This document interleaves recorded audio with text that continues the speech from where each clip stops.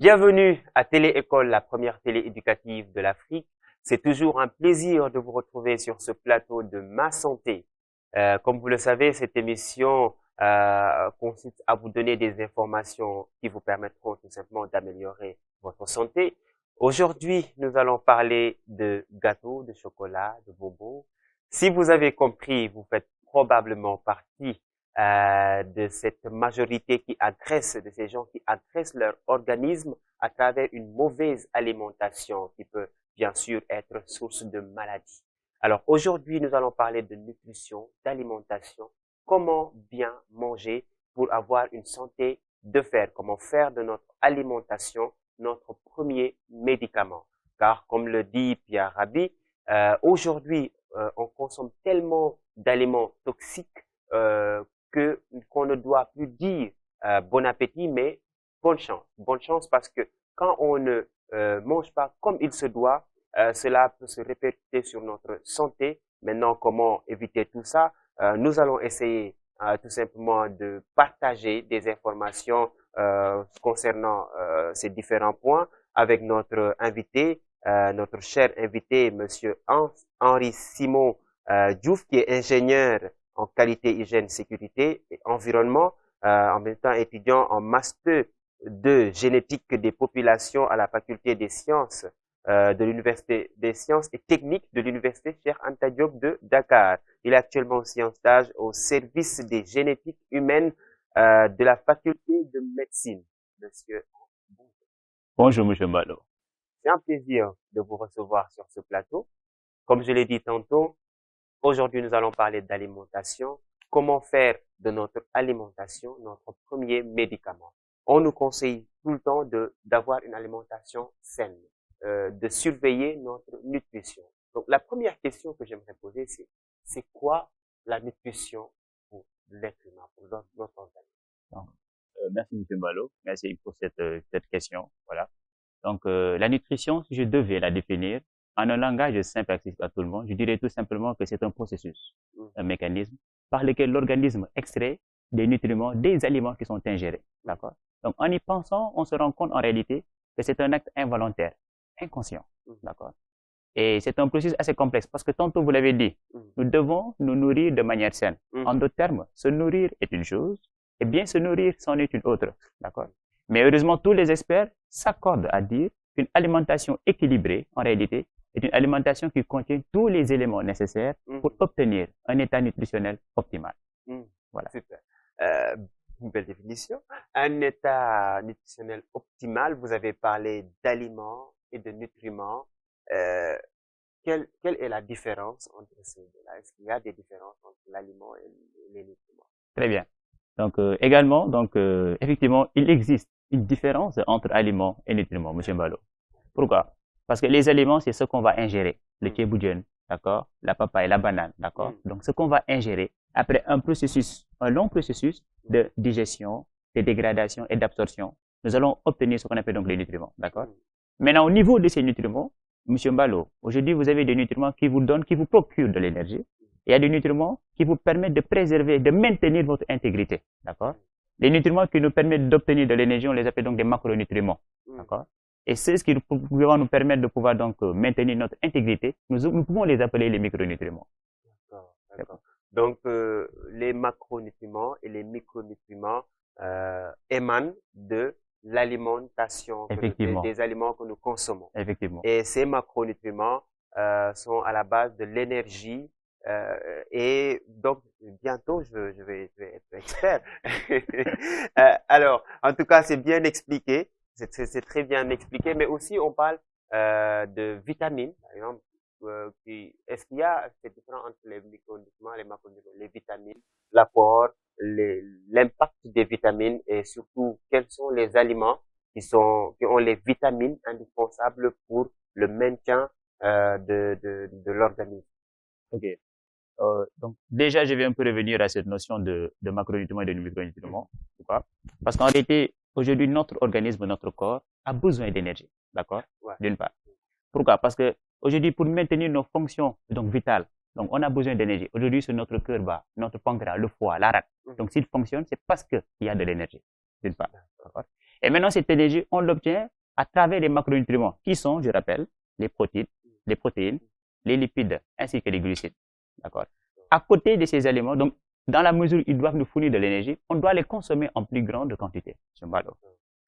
Mis à part cela, j'ai aussi parlé des micronutriments. Maintenant, dans ces micronutriments, en réalité, c'est un groupe qui réunit, qui associe dans son ensemble les oligo-éléments, les minéraux, ainsi que les vitamines. Maintenant, ce groupe a pour fonction de pouvoir préserver, maintenir l'intégrité de notre organisme. Et donc, c'est dans ce groupe de micronutriments que l'on retrouve les vitamines. Et bien sûr, ces vitamines, en réalité, aussi nombreuses qu'elles soient, on peut les subdiviser en deux groupes. Vous avez les vitamines hydrosolubles, hydro-eau-solubles, donc, qui peuvent se dissoudre dans l'eau, et liposolubles, qui peuvent se dissoudre dans les graisses. D'accord? Maintenant, des exemples peut-être pour étayer mes dires. Donc, je peux dire que les vitamines donc hydrosolubles, je peux donner le complexe B. D'accord? Pourquoi complexe? Parce qu'au niveau des vitamines donc B, vous avez plusieurs types de vitamines B. Vous avez B1, d'accord, B2. Donc, il n'y a pas que la vitamine B. Spécifiquement. Il y a plusieurs vitamines, types de vitamines B. Exactement. Vous avez la vitamine B1, la vitamine donc B2. Bon, allez, jamais su, d'accord. Allez-y, continuez. La vitamine B1, B2, B2, B6, B9, B12, d'accord?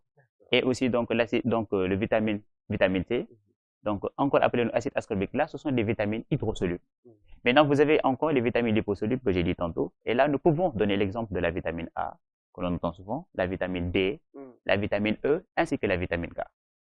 Maintenant, pour un peu donner donc des exemples et revoir donc les types d'aliments où l'on peut retrouver donc quelques vitamines. Par exemple, si je prends l'exemple de la vitamine B1, d'accord, qu'on appelle thiamine. Donc, cette vitamine, comment on l'appelle? Thiamine. Thiamine. Oui. C'est un nom scientifique. C'est un nom scientifique, exactement, thiamine. Les scientifiques, c'est pas ça ou quoi? D'accord, on va parler de thiamine. Maintenant, donc cette vitamine B1, en réalité, intervient dans la transformation des glucides en énergie. D'accord? Donc, pour l'obtention d'énergie, d'une part, vous avez besoin que les glucides soient transformés. D'autre part, donc cette vitamine B1 donc, intervient aussi dans la transmission neuromusculaire. D'accord? Mis à part cela, il permet de maintenir la structure membranaire de nos cellules. D'accord? Maintenant, les aliments où l'on peut retrouver cette vitamine B1, vous pouvez donc consommer donc le foie. Rectonne quantité dans le foie. Le foie. Exactement. Aussi dans les produits laitiers. D'accord? Dans les poissons. Aussi présent dans les poissons. Mais aussi dans les fruits tels que les mangues. Et maintenant, les carences donc, sont observées. C'est-à-dire, aujourd'hui, si vous n'avez pas donc, une bonne absorption de la quantité donc, en vitamine B1, vous pouvez obtenir donc, une maladie qu'on appelle donc, le beriberi. Beriberi. Le beriberi, c'est une maladie qu'on peut obtenir si il y a une carence en B1. Une carence en B1. En B1, très bien. Donc, ce qui permet d'avoir le B1, ce sont le foie. Exactement, les poissons, les fruits tels que les mangues. Exactement. Donc, comme cela revient à dire que l'alimentation est notre premier médicament. Effectivement, effectivement. D'accord. Et surtout aussi, donc là, j'en profite aussi pour dire aussi certains comportements. Par exemple, on s'est rendu compte donc que l'alcool, c'est-à-dire l'alcoolisme, donc réduit le taux d'absorption de B1. D'accord? Donc une carence au tempérament est aussi présente, aussi bien chez les alcooliques. Donc il est important donc que certaines personnes donc vérifient ou bien réduisent donc le taux d'alcool qu'ils font ingérer dans notre organisme. Donc il y a des aliments qu'on peut consommer qui peuvent être bénéfiques, mais il y a des choses qu'on peut consommer et qui peuvent être vraiment néfastes pour la santé. Exactement. L'alcool, il y a rien de bénéfique exactement. Donc on peut éviter donc réduire. Donc si vous ne pouvez pas laisser peut-être réduire donc le nombre de verres d'alcool. Voilà. Donc, mis à part la vitamine B1, Monsieur Mbalo, on peut citer l'exemple de la vitamine C. On entend souvent, d'accord? Mais dans cette vitamine C, on peut épiloguer ou bien donner donc quelques de ses rôles, d'accord? Par exemple, donc, il est un fort pouvoir antioxydant, d'accord? En d'autres termes, il permet de pouvoir donc protéger donc les cellules contre certaines réactions oxydatives, d'accord? Donc, mis à part cela, donc c'est en fait cette vitamine donc qui permet en fait une forte absorption de fer, d'accord? Et le fer est important dans la mesure où donc c'est un constituant qui va permettre de pouvoir donc oxygéner. Pourquoi? Parce que dans la composition de l'hématite, d'accord, son oxygénation donc va permettre c'est l'hématite autant pour moi qui va permettre de pouvoir transporter l'oxygène au niveau donc des organes, d'accord. Donc plus vous avez une quantité de fer, donc moins vous êtes donc susceptible d'être donc atteint par l'anémie. D'accord. C'est pourquoi quand on est anémie, on nous recommande les fers. Exactement. D'accord. Donc si je vous comprends, l'organisme c'est comme une entreprise qui a besoin de carburant pour faire fonctionner les machines. Exactement. Et les carburants que nous avons à travers les macronutriments, ça dépend de l'alimentation que nous avons. Exactement. Et cette alimentation aussi, il y a des choses qui sont bénéfiques, et comme on l'a dit tout à l'heure, et des choses qui peuvent être néfastes. Parce que souvent, c'est une petite parenthèse, on voit des gens qui vont peut-être privilégier de l'alimentation industrielle, c'est-à-dire les boissons énergétiques et entre autres. Et je pense qu'il est beaucoup plus bénéfique pour avoir cette vitamine C là, d'utiliser le citron, l'orange, entre autres, que ces Exactement. boissons énergétiques. Effectivement. Et là même, je voulais en revenir. Pourquoi? Parce que pour l'obtention donc de cette vitamine C donc dans l'alimentation, vous pouvez consommer les agrumes. Quand je dis agrumes, là je fais référence au citron, aux mandarines, aux oranges. Mis à part les agrumes, vous avez aussi donc la possibilité donc que vous pouvez le retrouver dans les tomates. Voilà, les maniocs. D'accord? Ah, il y a de la vitamine C dans les Effectivement. tomates et manioc. Effectivement. Donc Ok. en consommant donc de la tomate, vous pouvez vous compenser en vitamine C. D'accord. Voilà. Ça, c'est des informations, hein, moi. Pour moi, voilà, quand on parle de vitamine C, c'est les oranges, citron, entre autres. J'ai jamais pensé au manioc, moi. En tout cas, voilà pourquoi il est important, en tout cas, d'en parler avec des experts, parce que aujourd'hui au Sénégal, on a un problème.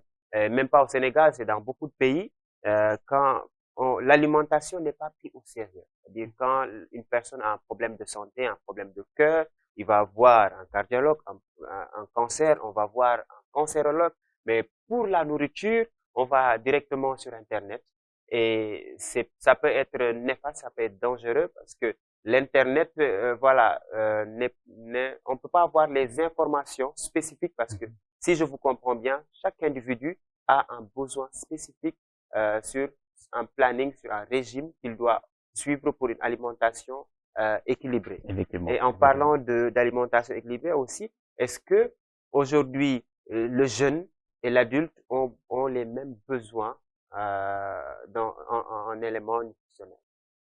Effectivement pas. Aujourd'hui, par exemple, monsieur Mbalo, donc en fonction de votre âge, en fonction du sexe, en fonction de l'état physiologique, les besoins alimentaires sont différents. D'accord? Et pour pouvoir permettre à notre très cher téléspectateur de pouvoir comprendre, cerner, donc ce que je veux dire, je vais le subdiviser, stratifier ça en 3 groupes. D'accord?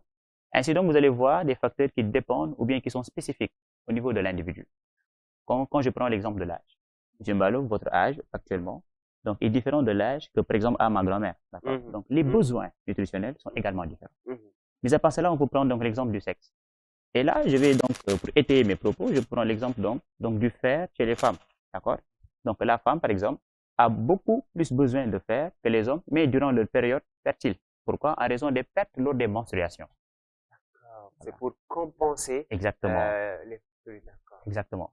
Mais mis à part le sexe, on peut aussi donc donner l'exemple de certaines situations physiologiques, de la gestation à la lactation, d'accord? C'est-à-dire la femme qui est enceinte et la femme qui, voilà, Qui allait. exactement. Aujourd'hui, on se rend compte que au niveau de la gestation et de la lactation, l'organisme a besoin donc de suppléments, c'est-à-dire de besoins donc nutritionnels supplémentaires, d'accord? Pour permettre la production donc la croissance normalement du fœtus dans le cas de la gestation, mais aussi la production de lait dans le cas de la lactation. Mis à part aussi, là, je voulais aussi soulever donc les variations génétiques et biologiques, d'accord, qui induisent, qui entraînent une différence d'absorption et d'utilisation des nutriments. Monsieur Mbalo, supposons que vous et moi, on éprouve donc le même besoin de sélénium, par exemple. Mais votre organisme a la capacité, a la possibilité de l'absorber 2 fois plus rapidement que le mien, d'accord? Pour que je puisse m'égaler en quantité avec vous, il va falloir que j'ingère beaucoup plus de sélénium que vous, d'accord? Pour que l'on puisse être à égal en quantité. Mais ça, c'est souvent quand on consulte des spécialistes, des diététiciens qui peuvent nous conseiller ça, parce que comme j'ai dit tout à l'heure, on n'a pas cette tradition, cette habitude d'aller les voir, alors que c'est vraiment la base, c'est l'élément même essentiel pour avoir une santé, parce que si je vous comprends bien, à chaque étape, il y a peut-être un régime, surtout pour la femme enceinte, pour les différences, il y a souvent des régimes. Et souvent, j'entends aussi parler de régime végétarien et aussi de régime végétalien. Je ne sais pas s'il y a une différence ou s'il y a uniquement ces 2 régimes-là ou il y a d'autres régimes. Est-ce que vous pouvez revenir sur ça? D'accord. Donc voilà, donc pour les régimes, en fait, il y a une différence en fait. Il y a plusieurs régimes qui existent. Ouais. Donc d'emblée, vous avez parlé du régime végétalien. Déjà, quand on dit régime végétalien, donc c'est En fait, c'est un régime dont la base, dont le socle de ce bâtiment se base sur le fait que les hommes, ou bien ceux qui vont donc adopter ce régime-là, ne vont pas consommer d'aliments dérivés d'animaux, y compris le lait et les œufs. D'accord. Tout aliment dérivé d'animaux, Voilà, ceux qui sont dans le régime végétalien ne consomment végétalien, pas exactement. lait, œufs, bœuf. Œufs, bœufs, des D'accord. œufs, Ce n'est donc pas que la viande, comme exactement, les végétariens. exactement. Parce que pour les végétariens là, ils ne consomment pas d'aliments de chair. Mais D'accord. est-ce qu'ils ne seront pas en manque d'éléments, de macronutriments ou de micronutriments pour parler comme vous? Dans certains cas, parce que en fait plusieurs chercheurs donc ont mis en évidence en fait une susceptibilité de pouvoir donc être atteint d'une carence, d'accord? Raison pour laquelle pour pouvoir bénéficier de la haute valeur nutritionnelle de ce régime, il va falloir que donc ces sujets donc aient des suppléments ou bien diversifier leur alimentation. Ouais. Donc mis à part le régime végétalien, Monsieur Mbalo, on peut avoir donc le régime biologique. Voilà, et vous entendez souvent le régime bio, d'accord? Et je me dis bien que c'est un régime maintenant qui apparaît comme une nécessité, parce qu'actuellement nous sommes dans un environnement où la vente de nourriture, donc industrialisée et transformée, domine, d'accord? Et ces produits comportent un niveau élevé de sel, de sucre, mais aussi de graisses trans, d'accord? Et raison pour laquelle vous voyez des maladies à n'en plus finir, comme le cas des diabètes, le cas des cancers, etc., etc., d'accord? Et maintenant, ce principe, en fait, le principe de ce régime, en réalité, repose sur le fait donc que ce qui est produit doit se faire de manière naturelle. En d'autres termes, indemne de toute contamination chimique, c'est-à-dire indemne de tout produit chimique, les engrais, les pesticides, etc., etc. Donc, si je Produit vous suis, naturellement. plus nous consommons des produits naturels, plus nous assurons notre santé. Exactement, Parce c'est mieux. qu'aujourd'hui, il y a beaucoup de gens qui privilégient les fast-foods qu'une alimentation saine, bien préparée. Parce qu'on surtout les céréales, ils préfèrent manger de bons plats, succulents, bien faits et tout. Ils se soucient plus de la saveur que de la qualité, je sais pas, que des vitamines, entre autres. Effectivement. Donc, si je vous suis bien, il faut vraiment éviter au maximum la nourriture industrielle. Oui, dans la mesure où ça comporte, comme je l'ai dit tout à l'heure, une haute valeur, donc en graisse trans, donc qui n'est pas bénéfique pour l'organisme, mais aussi en sucre et aussi donc en lipides. C'est important. Et comme on le dit, tout excès est nuisible. C'est nuisible, Et effectivement. cet excès-là de lipides, de glucose, peut entraîner des maladies telles que le diabète, comme vous l'avez si bien dit, Exactement. et l'hypertension même, je pense. Effectivement, l'hypertension. Donc, la nourriture est de beaucoup de maladies. Donc, ce que je veux dire, en tout cas, aux téléspectateurs de Télé-École et aux téléspectateurs, ceux qui vont nous suivre un peu partout, votre nourriture, faites de votre alimentation votre premier médicament. Parce que si on en revient aux informations que nous a donné Monsieur 1, la nourriture, ce que nous consommons, notre organisme dépend de cela pour tirer les nutriments qu'il faut, les éléments qu'il faut, les vitamines qu'il faut pour tout simplement entretenir notre organisme, pour permettre aux machines de notre organisme de bien fonctionner. C'est en quelque sorte le carburant. Hein. Exactement. Et même M. Balou, si je devais suggérer donc un régime, là je pourrais donc léguer donc le régime méditerranéen. Pourquoi? Parce qu'au niveau de ce régime, en réalité, on promulgue donc on conseille donc que les aliments donc soit bouillis, donc soit grillés, ou bien même que les aliments soient mangés crus. D'accord? Et ce régime met l'accent sur la consommation d'aliments variés, équilibrés, tels que les fruits, tels que les légumes, tels que les produits laitiers, ainsi que donc les viandes et les céréales. D'accord? Et plusieurs recherches même attestent, donc confirment, confortent le fait que ce régime donc a une incidence donc sur donc autant pour moi donc a une valeur donc a une incidence sur l'apparition des cancers chez les patients obèses d'une part, d'accord? Donc un effet favorable aussi donc sur la prévention du syndrome métabolique, d'accord? Mais sur les patients qui ont déjà, c'est des sujets qui ont déjà eu à faire un infarctus du myocarde, d'accord? Et donc ce régime, donc c'est le régime méditerranéen. Méditerranéen. Exactement. C'est un régime qui est beaucoup plus, il est beaucoup plus prudent en tout cas d'adopter ce régime. Exactement. Alors, nous avons parlé des jeunes, des vieux. Est-ce qu'on peut revenir un peu sur ça, parce que aujourd'hui la nourriture fait beaucoup de dégâts avec les adultes, surtout les vieux au-delà de 65 ans, entre autres. Pourquoi à ce niveau-là, à cette stade, il est obligatoire pour la personne de changer radicalement sa façon de se nourrir à l'âge de 65 ans, entre autres, parce qu'elle est beaucoup plus vulnérable que les jeunes qui peuvent se permettre certaines choses. Effectivement. Bon, vous savez donc la période donc qui commence après 65 ans, déjà c'est une période qui est caractérisée par de nombreuses modifications, d'accord? Déjà vous avez les altérations sensorielles, d'accord? Et donc quand j'ai des altérations sensorielles, vous avez donc une perte de l'efficacité, donc l'efficacité va diminuer, l'efficacité de nos organes de sens, tant dans les déficits visuels que dans la perte de la sensibilité auditive, olfactive et gustative, d'accord? Et donc déjà ça rend donc ça rend moins bien relié donc le sénescent par rapport à son environnement, d'accord? Mis à part donc les altérations sensorielles, vous avez l'handicap fonctionnel. Aujourd'hui, monsieur Mbalo, plus vous vieillissez, donc plus vos organes, c'est-à-dire, par exemple, je peux prendre l'exemple du rein, d'accord? Vous avez donc les néphrons qui tendent à diminuer en fonction de l'âge. Et donc la fonction rénale va en pâtir, si je peux ainsi le dire, d'accord?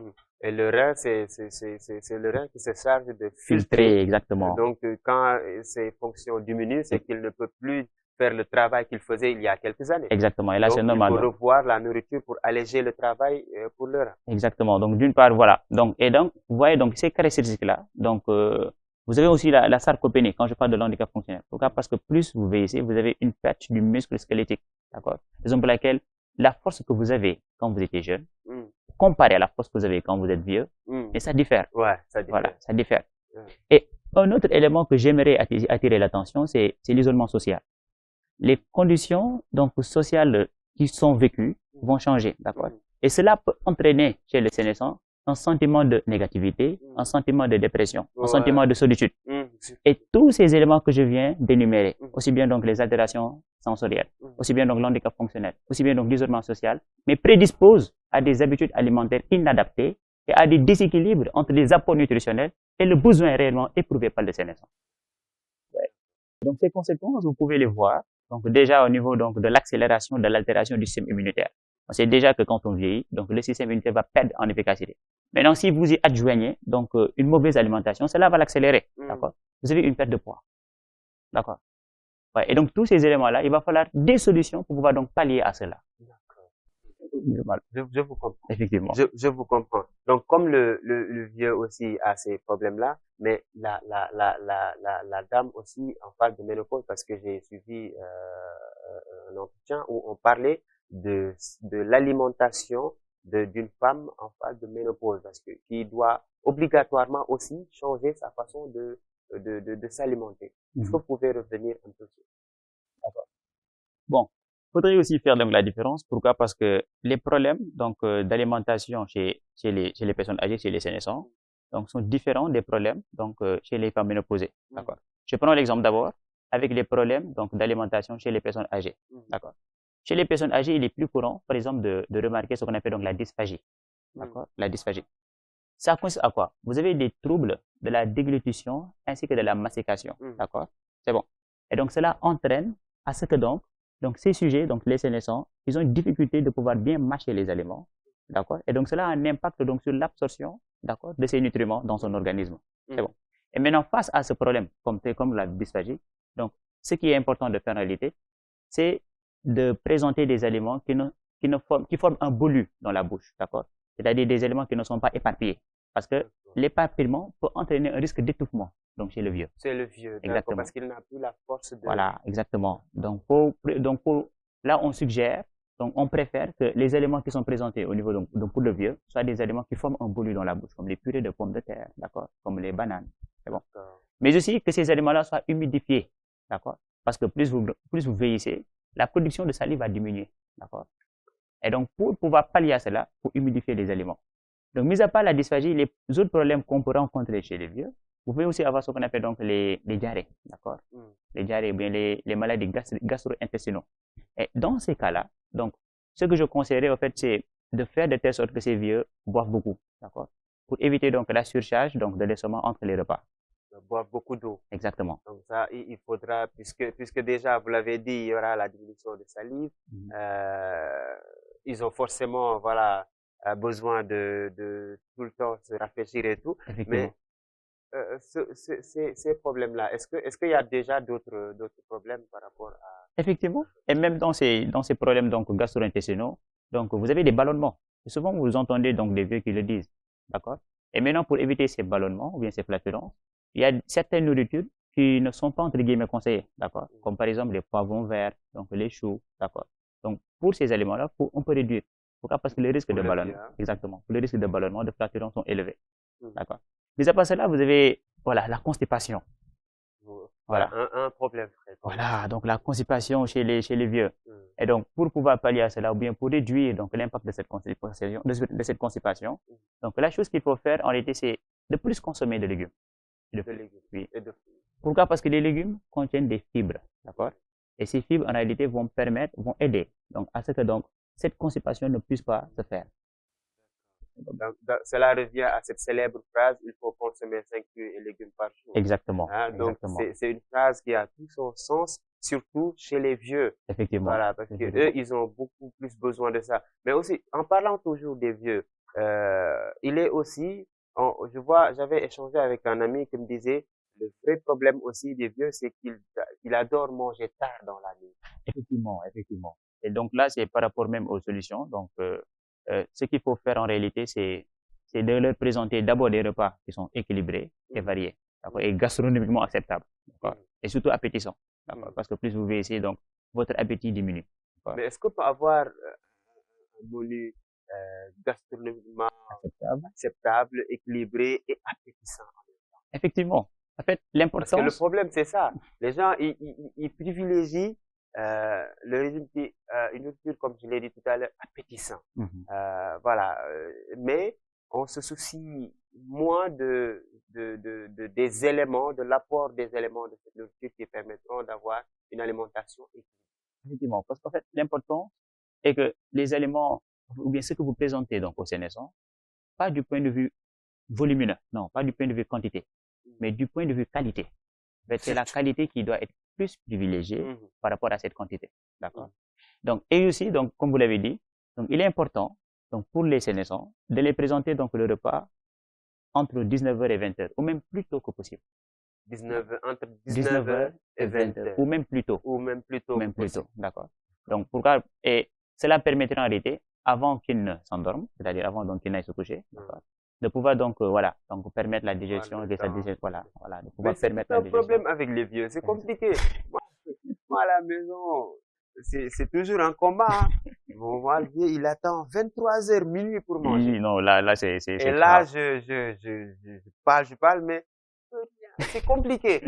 C'est compliqué. En tout cas, pour ceux qui suivent cette émission, si vous avez des vieux à la maison, il faut vraiment veiller, les aider, hein, veiller à ce que leur repas soit disponible au plus tard 19 heures ou moins. Oh, Hein. exactement, Voilà, donc plutôt. parce que cela va permettre tout simplement de les aider à mieux entretenir leur santé. C'est bien ça. Effectivement. Mis à part cela, vous avez parlé de la ménopause, d'accord? Ouais. Voilà. Donc, la ménopause, en fait, c'est une situation physiologique normale chez la femme, Mhm. d'accord? Donc, plus la femme donc acquérit donc en âge, donc plus Mhm. la femme est âgée, donc plus elle va entrer dans ce stade de la ménopause, Mhm. d'accord? Maintenant, plusieurs donc experts donc et même l'OMS Mhm. donc nous affirment en réalité que cette ménopause-là en réalité peut survenir entre plus généralement entre 45 et 55 ans, Mhm. d'accord? Maintenant, chez certaines femmes, vous avez une ménopause donc qui peut commencer à partir de 40 ans, c'est-à-dire entre 40 et 45. Et bien vrai qu'il y a une petite portion où cette ménopause peut démarrer avant même 40 ans, Ah bon? avant même 40 ans, d'accord?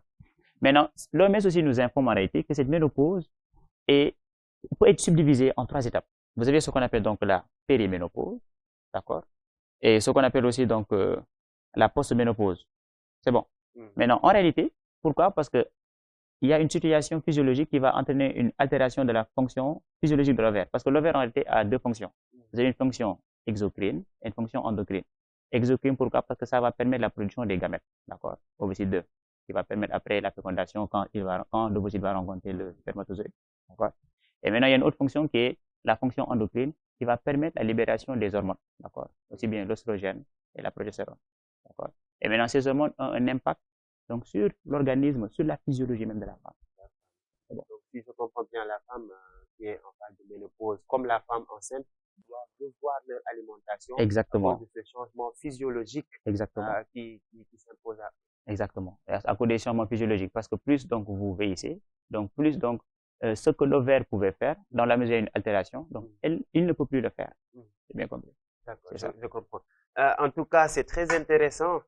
C'est très intéressant, en tout cas, tout ça. J'aurais bien aimé avoir beaucoup plus de temps pour développer. Mais voilà, nous sommes pratiquement au terme de l'émission. Mais avant cela, est-ce que vous pouvez revenir un peu sur les recommandations, voilà, les recommandations qui permettront peut-être aux gens, à ce qui nous écoutent, de revoir en tout cas leur alimentation, surtout pour les femmes en ménopause, les vieux, parce que vous avez déjà donné beaucoup de recommandations, beaucoup de solutions. Effectivement, effectivement. Donc, en ce qui concerne donc les recommandations, surtout donc chez les personnes âgées, d'accord, qui sont donc ce groupe aussi vulnérable. Donc là, je recommanderais peut-être donc surtout de passer des graines donc saturées, c'est-à-dire des graisses saturées aux graisses insaturées au niveau de leur consommation. Graisses saturées, graisses insaturées. D'accord. Donc, quand on dit graisses saturées donc et insaturées, surtout ça se base en fait par rapport à la digestion. Donc, il est beaucoup plus facile donc de digérer donc les graisses insaturées, d'accord, que les graisses saturées, d'accord.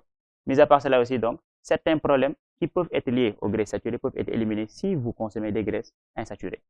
C'est bon. Donc, mis à part cela aussi, donc, choisir des produits laitiers, donc, à faible teneur, donc, en matière grasse, et si possible, de faire griller les aliments.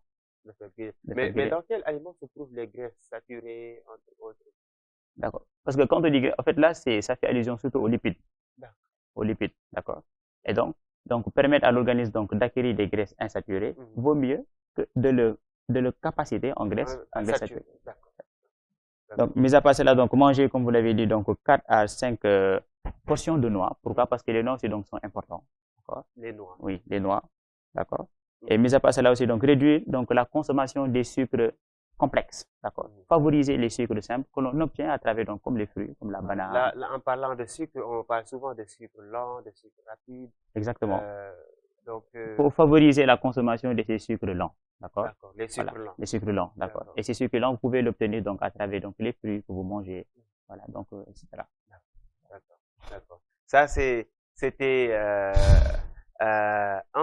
Henri Simon Diouf, hein, avec des informations vraiment de qualité. La nourriture, comme on vous l'avait dit, peut constituer votre premier médicament. Et je pense que tout au long de cette émission, avec toutes ces informations que vous nous avez données, l'ensemble des téléspectateurs, en tout cas, de cette émission, ont eu à avoir les informations qu'il faut. Monsieur Hans, est-ce que malheureusement nous sommes au terme de cette émission, mais peut-être avant de finir, est-ce que vous avez des choses peut-être à ajouter avant la fin? Voilà.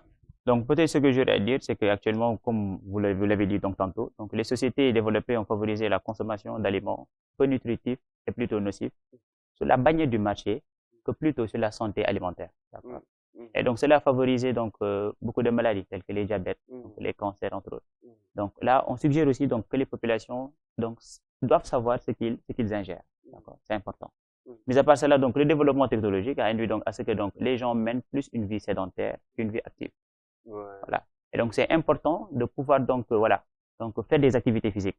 Voilà. C'est important. C'est important pour votre organisme, voilà, de pouvoir vos capacités et de renforcer, de maintenir votre intégrité de l'organisme. Et M. Mbalo, actuellement, en fait, les morts causées donc, par la consommation de sucre est extrêmement élevé.